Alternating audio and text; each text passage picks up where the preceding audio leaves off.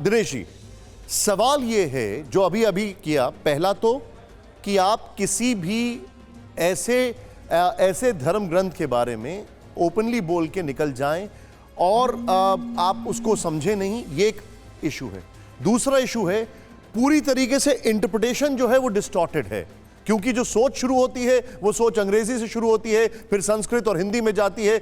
मैं जा रहा हूं 18वीं सेंचुरी में मैक्स मुलर के ऊपर, जिन्होंने ज्यादातर इंग्लिश संस्कृत के टेक्स्ट को ट्रांसलेट किया और कहा उन्होंने भ्रष्ट किया, सबको पता है। आपका टेक इस पर? देखो निशान जी, इसमें क्या परसेप्शन है, जनता क्या सोचती है वो अलग जगह है, ऐतिहासिक तथ्य क्या है वो अलग जगह है। प्रोफेसर मक्खन लाल जी यहाँ बैठे, इनको पता है कि ये भी बताएंगे कि इतिहास को जब हम क्रम रचना करते हैं तो इतिहास के औजार क्या हैं, इतिहास टूल्स ऑफ हिस्ट्री। इतिहास के जो औजार हैं वो है एपिग्राफी, साहित्य जो हमें मिलता है वो, पुरातत्व जो मिलता है वो न्यूमिस्मेटिक्स के जो प्रूफ मिलते हैं वो। क्या आप स्टैंड अप इंडिया योजना के तहत 1 करोड़ का लोन लेकर अपना खुद का बिजनेस शुरू करना चाहते हैं? तो फ्रीडम ऐप को डाउनलोड करें और इसकी पूरी जानकारी अभी प्राप्त करें। और बहुत विदेशी यात्रियों का वर्णन, ऐसे बहुत सारे स्रोत हैं जिसमें बेसिकली हम मानते हैं कि सबसे बड़ा साइंटिफिक स्रोत जो होता है वो आर्कियोलॉजी होता है, पुरातत्व, और उसको हम कोरिलेट करके देखते हैं तत्कालीन या समकालीन साहित्य से, तत्कालीन व समकालीन साहित्य से। तो हमें ये देखना होता है। दूसरी बात में ये लॉजिक समझ से बाहर है कि साहब आप फला ग्रंथ के खिलाफ नहीं बोलेंगे और आपको ज्ञान नहीं है। ये लॉजिक कहाँ से आया?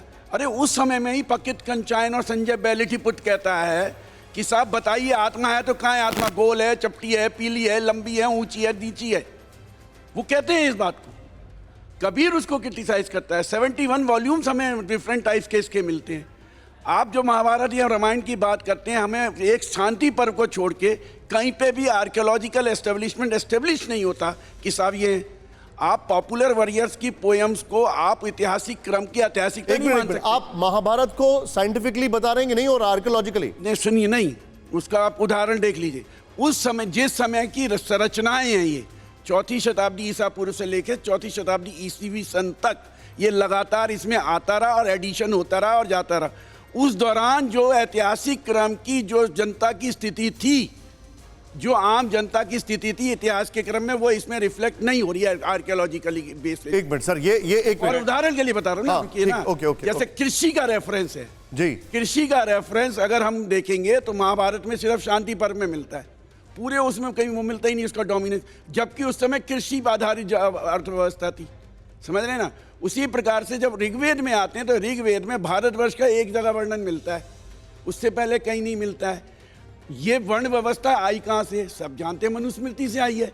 1000 ईसा पूर्व तक कोई वर्ण व्यवस्था नहीं थी। 1000 ईसा पूर्व में जो वर्ण व्यवस्था को बनाया गया उसमें जन्म के आधार पर नहीं थी, कर्म के आधार पे थी। 800 से 600 ईसा पूर्व में इसको कम्प्लेक्स बना दिया गया और इसको जन्म के आधार पर बन।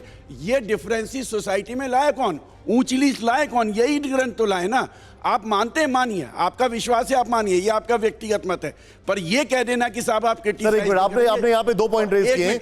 एक मिनट मुझे एक मिनट सुधांशु जी, एक सेकंड। आखिरी जिस इतिहास के क्रम पे हम इन ग्रंथों की टीकाएं करते हैं, उसी इतिहास के क्रम पे हम इस्लाम पे भी टीकाएं करते हैं, क्रिश्चियनिटी पे भी टीकाएं करते हैं। ऐसा नहीं कि नहीं करते हैं। और विश्वविद्यालयों में खुल्ला टीका होती है, पढ़ाई जाती है। एक मिनट आपने यहाँ पर कोई, सुधांशु जी मैं आपको लेके आ रहा हूँ और आप फिर उस पर अपना पॉइंट भी रखिएगा। मुझे आपसे एक चौपाई भी पूछिए, लेकिन प्रोफेसर मक्खनलाल जी 2 चीजें उन्होंने बताई है। मैं सुधांशु जी को लाने से पहले एक पहला हिस्टोरिकल फैक्ट्स उन्होंने कहा, दूसरा उन्होंने आर्कियोलॉजिकल फैक्ट्स को लेकर कहा है।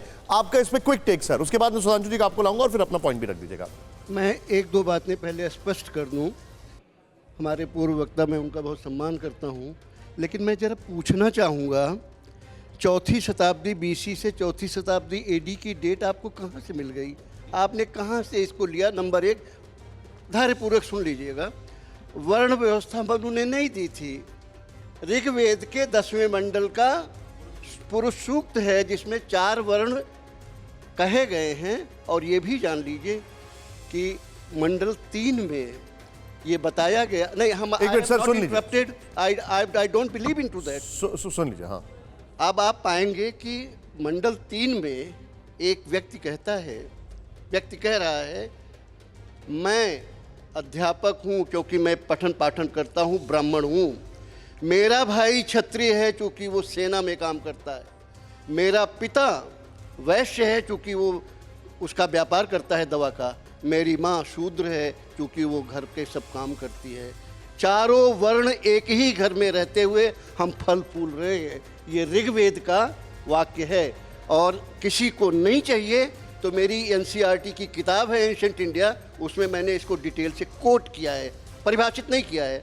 परिभाषित अलग बात होती है, कोट करना अलग बात होती है। मनु बहुत गाली दिए गए हैं। मेरी एक किताब है political and legal ideas and institutions, और यहाँ मैं आपके माध्यम से पूरे देश को बताना चाहता हूँ कि आज का 95%, please note down, 95% civil and criminal law today being practiced in India and defined is from Manu.